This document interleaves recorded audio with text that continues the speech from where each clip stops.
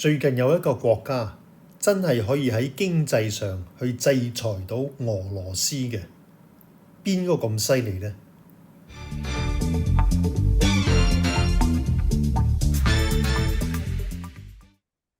大家好，今日嘅新聞短訊咧係有幾件新聞要同大家講。咁呢啲新聞咧，我有個名俾佢，呢叫做咧唔使講住嘅新聞。點解唔使講住咧？因為冚唪唥都係屬於咧另外一個更大系列嘅新聞。第一單咧就係 ABC 電視台嘅 Jimmy Kimmel 啦，俾人炒魷魚，跟住咧又即刻俾人請翻咁樣。唔使講住咧，因為係從 Stephen Colbert 到 Jimmy Kimmel 啦，到再去威嚇另外兩個嘅late night comedians，Jimmy Fallon 同埋呢一個嘅Seth Meyers 都係屬於咧言論自由啦，同埋商業機構咧係向權勢叩頭啊呢一啲嘅新聞嚟嘅。咁呢啲冚唪唥都係喺度觀望緊。咁咧第二樣咧就係講到咧總統咧 Donald Trump 咧最近喺呢一個嘅聯合國嘅言論啦。It's time to end the failed experiment of open borders. You have to end it now. See, I can tell you, I'm really good at this stuff. Your countries are going to hell. 咁呢個亦都唔使講住，雖然都係大新聞啦，係咪？美國總統喺呢一個嘅聯合國上面去周圍去鬧，話你啲國家都係 going to hell 啊！咁咧就點解唔使講住咧？因為呢個亦都係我哋嘅總統 Donald Trump 咧要去脫離美國喺第二次世界大戰之後所去製造嗰一個嘅世界秩序，個 World Order 係一個由美國主導嘅世界秩序，但係佢咧要去摧毀呢一套嘅秩序。咁喺第二次大戰之後咧，美國咧係去創立咗好多嘅機制，好多嘅 institution 嘅，係包括咧世界銀行啦、World Bank 啦、IMF 咧，即係國際貨幣基金啦、世貿啦、或者世衛嘅組織啦、聯合國 United Nations 係其中之一。美國係要透過呢一啲嘅機構、呢一啲嘅機制咧，係叫呢個世界呢個國際嘅舞台咧，係有一啲嘅秩序，透過呢啲機制咧嚟去運作。咁但係咧，特朗普咧就覺得咧，美國係喺呢一啲嘅機制底下被揾笨嘅，咁佢要去摧毀呢一套嘅秩序。第三咧就係最近咧，總統公開要求Department of Justice 嘅 Director Pam Bondi 要佢去檢控佢嘅政治敵人。咁咧就有一個嘅 Attorney General 啦，就係 Eric Siebert 無法成功檢控 James Comey、Letitia James 呢啲人物。咁喺總統公開斥責後咧就辭職。咁而家咧就繼續嘗試要繼續去檢控邊啲人咧？前 CIA 嘅主任 John Brennan 係咁樣。報紙報道點樣講法咧？佢話 Federal prosecutors are struggling to put together a criminal case against John O. Brennan, the former CIA director。係 struggling，即係根本就揾唔到去檢控佢嘅原因啊！咁咧就第四咧就係咧最近又話要去炒呢一個嘅聯儲局啦 Lisa Cook 呢個事件。咁呢個咧亦都係總統嘗試去擴張呢個嘅總統權力，令到聯儲局嘅 independence 自立咧個獨立性咧係受到質疑嘅嚇。咁呢啲都係唔使講住嘅新聞。咁想講嘅係乜嘢咧？想講到嘅咧就係好有意思一件事。自從咧烏克蘭同埋俄羅斯打仗開始咧，美國從呢個 Joe Biden 時代咧，同埋歐盟咧都係對呢一個俄羅斯實施經濟制裁嘅。但係俄羅斯一直喺呢個嘅咁樣嘅經濟制裁嘅壓力底下咧，都能夠唞到氣嘅，因為佢好有辦法係可以走一啲嘅漏洞嘅。咁呢啲嘅經濟制裁唔係真係可以去對付到佢，但係最近有一個國家咧對呢一個俄羅斯真係實施咗咧，令到佢咧覺得痛嘅經濟制裁嘅。咁邊個咁犀利咧？呢個國家就係烏克蘭。諗唔到咧，烏克蘭嚇。如果咧你有睇我講蘇丹嗰一集咧，你可能會記得我提過一個記者叫做 Anne Applebaum。佢最近咧有另一篇嘅報導咧，係喺 The Atlantic 嗰度講出嚟嘅，係講到咧烏克蘭咧而家嘅戰績係點樣嘅。咁呢啲報道係唔容易睇到，因為咧俄羅斯第一咧就唔會開放俾外國記者入去採訪啦。咁戰況咧係要從烏克蘭嘅軍方咧去做評估，咁唔係人人都有途徑去接觸到咧烏克蘭嘅軍方嘅高層嘅。咁呢一篇報道嘅題目咧就叫做 Ukraine's Plan to Starve the Russian War Machine 啊，咁啊喺呢個大西洋雜誌 The Atlantic 嗰度咧係去報導出嚟嘅。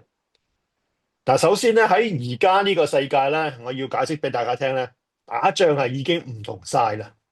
以前咧係用嗰啲嘅武器，好似坦克車啊、航空母艦啊，而家冚唪唥要讓路俾咧嗰啲 drones 啊，drones 咧中文叫做無人機啦嚇，同埋嗰啲叫做 sea drones，sea drones 係喺海上啊無人駕駛嘅艇嚟嘅。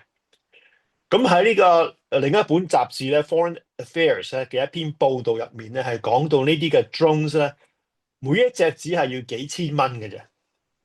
但係你啲坦克車咧，就要幾百萬一架美金喎，嚇，幾百萬一架，再加埋維修咧，條數就越嚟越大。但係遇到呢啲嘅幾千蚊一隻嘅無人機咧，兩下就俾人炸爛嘅啦。咁從2023年開始，我哋咧就送我哋即係美國嚇，我哋話美國就送咗咧31架 M1 坦克車咧，就俾烏克蘭。M1 坦克車係全世界最先進嘅坦克車之一嚟嘅。咁咧31架已經俾人炸咗27架，剩翻4架係仲行得。所以而家打仗咧，人人都用 drones 噶啦，唔用坦克車噶啦。咁而家烏克蘭咧係自己咧會製造 drones 嘅，每年咧係有幾百萬隻，係 in the millions 嘅，好犀利嚇，係已經唔使再靠中國大陸或者係靠美國。其實咧美國嗰啲 drones 咧，據講係仲好用，更加容易咧俾俄羅斯去 jam 嗰啲 signal 嘅嚇，所以其實呢個美國嘅 drones 咧係冇咁先進嘅，呢個嘅烏克蘭嘅 drones 係更加先進嘅。咁根據呢篇嘅報導講咧，佢話呢啲做 drones 嘅工廠入面嗰啲 technician 以前係做邊行嘅咧？咁樣嗱，咁當然啦，實際就梗係行行都有噶啦嚇。咁但係最好嘅技工咧係嚟自咧做珠寶嗰行嘅喎，即係如果你喺香港嚟嘅話咧，就好似咩咧，就周生生啊、周大福啊嗰啲啊，咁嗰啲人咧佢可能個手勢係適合嚇。咁而家烏克蘭咧嗰啲無人機啊，令俄羅斯咧就算係佔領咗領土咧，都要付出沉重嘅代價，無論係佢嘅設備又好，或者係人命都好嚇。總之呢啲 drones 係好犀利嘅。烏克蘭咧又用呢個海上嗰啲無人艇嘅，即係嗰啲 sea drones，所以你唔好以為 drones 係淨係會飛喎，海上都有嘅。咁烏克蘭就係用呢啲嘅 sea drones 咧，去清除咗黑海沿岸嘅俄羅斯艦隻，好似就係用啲鋼牙去冚你啲瓷器，鋼牙就贏晒喎嚇。咁呢個成果咧，係戰爭初期嘅時候咧，係幾乎係冇人可以諗到會係咁樣嘅。咁而家咧，佢哋仲用無人機咧去打擊俄羅斯境內咧深入嘅目標，包括軍事設施啦、煉油廠啦、輸油嘅管道啦。打到咁深入嘅時候咧，有啲嘅烏克蘭人甚至開始相信咧，佢哋真係有可能迫使俄羅斯咧係結束呢一場戰爭嘅。譬如咧報道入邊咧，佢講到佢哋有一日咧，佢哋再次去襲擊咗，呢個係最近嘅事啫，去襲擊咗咧位於阿斯特拉罕啊 Astrakhan 嘅俄羅斯天然氣公司叫做 Gazprom 天然公司一個嘅燃料加工廠嚟嘅，呢個係全球最大型嘅氣化工即係 gas chemical 咧嘅一個嘅工廠嚟嘅。咁呢個亦都係咧，佢哋嗰個汽油同埋柴油，汽油就係 gasoline 啦，柴油就係 diesel 啦，即係 gasoline 同埋 diesel 嘅重要嘅來源嚟嘅。咁喺篇報道即係前一日咧，佢哋又去攻擊咗咧布良斯克。布良斯克咧，我淨係講個譯名俾你聽，因為我唔識讀嗰個俄文啊，真係俄文啊嚇，係布良斯克咧，其中一條咧石油管道嘅好重要嘅部分嚟嘅。嗱，根據咧記者嘅推測，烏克蘭總統澤連斯基啊，係將呢一啲嘅咁樂觀嘅報告咧，係傳達咗講咗俾呢個嘅美國總統特朗普聽，所以特朗普咧最近就推翻咗佢以前對烏克蘭嘅講法，宣稱烏克蘭咧已具備戰鬥能力，能夠奪回原本完整嘅烏克蘭領土。咁講，咁聽到呢啲咁講法咧，反應老實講就係淨係得一個單字嘅粗口嘅啫。不過喺度唔講啦嚇。烏克蘭咧就有一間嘅製造武器嘅公司就叫做 Firepoint。Firepoint 係專咧係製造咧遠程嘅武器嘅 long range weapon。佢所製造嘅武器其中有咧可以飛1400公里嘅大型嘅無人機。1400公里咧等於咧大概係870英里度。咁我計過，即係由三藩市去到 LA 嘅 round trip round trip 喎，即係你要佢揸車去翻嚟，咁架無人機可以飛咁遠，可以連續飛7個鐘頭。佢最新嘅武器咧叫做 Flamingo Cruise Missile 可以擊中咧3000公里以外嘅巡航導彈，即係我唔使見到你，我已經可以炸咗你。同埋咧，呢間公司咧已經喺度測試緊咧 ballistic missiles， 即係有啲飛好遠程嘅導彈。咁呢一啲嘅成就咧，構成咗烏克蘭嘅軍事策略。佢哋而家咧唔係再等俄羅斯咧嘅兵打到嚟某一點咧，就喺嗰度同你對峙咁樣，而係好有策略地咧深入俄羅斯嘅腹地去破壞佢哋嘅煉油廠嗰啲 refineries， 佢哋嘅 pipeline station， 同埋咧其他嘅經濟資產，特別係咧同石油有關嗰啲。咁呢一個策略咧，就係烏克蘭對俄羅斯所造成嘅經濟制裁啦。特朗普係從來冇對俄羅斯咧施加過任何真正嘅壓力嘅，而且咧佢冇去咧 renew 呢個嘅 Joe Biden 以前做落嗰啲嘅經濟制裁嘅，即係咧其實係慢慢喺度取消緊咧對俄羅斯嘅制裁。但係而家咧烏克蘭每一晚都係轟炸咧俄羅斯幾十次嘅，呢一個咧淨係造成對俄羅斯咧真正嘅經濟嘅制裁嚟。呢啲嘅 long range 無人機所造成嘅影響咧，一直好難去衡量嘅，即係好難計嘅，係咪？咁首先俄羅斯唔會容許外國傳媒咧進行報導啦，咁同埋佢哋會極力去掩蓋呢一啲嘅襲擊所造成嘅破壞嘅。譬如有一次咧，衛星圖片係顯示到咧，烏克蘭嘅無人機係成功咁擊中一個軍用機場，但係咧喺3個鐘頭之內，所有痕跡係全部消失嘅。俄羅斯係完全清理咗跑道，抹走現場所有證據，所以幾犀利，好似做戲一樣。但係好彩咧，有人造衛星睇到所以先知道。所以咧，而家烏克蘭嘅攻擊咧，佢唔係要震撼而係要好精確咁樣去破壞。軍方係記錄低咧每一次嘅出擊同埋成績，好精確咁樣去挑選佢嘅目標，無論係咧機場嘅癱瘓又好，或者係爆咗佢哋嘅軍火庫又好，或者係爆工廠又好，呢啲咧再唔係咧好似人揸支槍亂槍掃射咁樣，而係咧一場好似係財政嘅外科手術，一忽一忽咁樣去割佢嘅。一位嘅烏克蘭軍官咧，佢咁樣透露出嚟，佢話戰爭初期咧，佢哋已經睇通咗一個好殘酷嘅現實，就係俄羅斯唔怕死人嘅。俄羅斯可以承受極高嘅傷亡，佢哋唔在乎人命，但係佢哋怕蝕底，怕冇錢，唔見錢咧，對佢哋嚟講咧，先至係真正嘅痛。因為咧要維持嗰一班 oligarch 咧，又要賄賂班士兵繼續去打咧，乜都要錢嘅。所以咧，烏克蘭唔會同俄羅斯鬥命嘅，而係鬥錢嘅。石油同埋石油產品咧，係俄羅斯政府收入嘅命脈。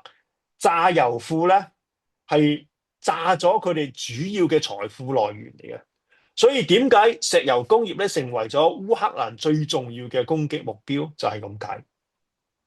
自從今年8月咧到而家咧，俄羅斯38間煉油廠有16間咧係俾烏克蘭炸過，有啲咧仲唔止一次。烏克蘭咧喺8月咧亦成功咁樣打擊咗咧Unextra 嘅一間咧抽油站，佢個叫做 Pumping Station。呢個抽油站咧係連接俄羅斯同歐洲咧一條嘅輸油管道中間一個好重要嘅設施嚟嘅。匈牙利啦、Slovakia 啦同埋土耳其啦，呢啲係北約裏面唯一仲係買緊俄羅斯石油嘅國家，佢哋買嘅石油就係靠呢條管道輸出啦。咁結果會點啊？俄羅斯而家咧整體嘅石油出口量咧係跌至開戰以嚟係最低水平嘅。國內石油咧供應亦都開始係短缺。烏克蘭軍方咧嘅一名嘅指揮官表示咧，俄羅斯超過1/5嘅煉油能力啊，已經係被摧毀咗。嗱，點知佢嘅嚴重性咧？俄羅斯政府已經禁止出口精煉石油產品，因為國內嘅市場都唔夠用。加油站咧喺全國多個地區關閉咧，或者係供應不足嘅，包括邊度咧？包括莫斯科同聖彼得堡嘅郊區。嗱，你諗諗，呢啲咁大嘅城市，竟然咧係唔夠汽油啊！嗱，Telegram 咧就係即係好似我哋用嗰啲 WhatsApp 啦嚇，嗰啲 Telegram 做嗰啲 chat group 嘅 Telegram 上邊咧就流傳大量影片啊，顯示咧汽車排長龍入油啊！啲人等到悶晒，等到火晒棍影相，喺 Telegram 可以揾到。喺今年咧喺本月較早嘅時候咧，俄羅斯咧嘅官方報紙啊，個官方報紙叫做消息報啊嚇，嗰個俄文我唔識讀啦。消息報竟然咧係向呢一個讀者承認咧，俄羅斯中部同埋東部同埋呢個克里米亞，即係 Crimea 本來係喺烏克蘭噶嘛，俾佢割咗，即係俾佢侵佔咗啊嘛。喺呢啲地方咧係嚴重缺乏燃油嘅。咁但係咧點樣解釋咧？卻荒謬地將問題歸咎於咩咧？季節性燃油需求上升，同埋咩啊？同埋咧旅遊活動增加係嘛？而家歐洲咧好多國家咧喺度幫緊烏克蘭呢個嘅 strategy 嘅呢個策略嘅。德國咧今年同下一年咧將投資咧10.5個 billion， 10.5個 billion 即係105億美元係支援烏克蘭，其中大部分資金咧會用嚟咧製造無人機。瑞典咧就提供7.4個 billion， 歐盟咧就決定投資咧6個 billion。烏克蘭咧同歐洲嘅盟友咧亦都開始加強去監察嗰啲所謂叫做影子船隻 shadow fleet 啊。shadow fleet 咧就係嗰啲咧非法嘅俄羅斯油船，即係話咧話俾你聽嘅話呢啲唔係油船，係第二樣嘢嚟㗎，但係其實咧係運油嘅船嚟嘅。咁因為係非法運油船咧，嗰啲設備就好差啦。咁除咗幫助俄羅斯非法出口石油之外咧，對環境保護咧好多時都會造成咧好嚴重嘅危害嘅。咁呢個瑞典啦、德國啦同埋丹麥啦都宣布咧，佢哋會去檢查呢一啲嘅影子郵輪嘅文件，對冇保險啊冇 insurance 嘅船隻咧會係實施制裁，並且係將佢哋咧加入咧制裁名單嘅。總括嚟講咧，俄羅斯而家咧係面對緊相當嚴峻嘅經濟制裁，唔係由美國落嚟嘅壓力咧，係直接咧係從烏克蘭而嚟嘅。咁呢場仗點樣打落去咧，就相當有趣。